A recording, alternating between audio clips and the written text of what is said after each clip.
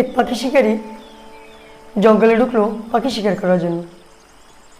সে যখন গভীর জঙ্গলে ঢুকলো, ছোট্ট একটা গাছে সুন্দর একটা পাখি দেখতে পেল এবং তার ফাঁদ দিয়ে পাখি ধরে ফেললো।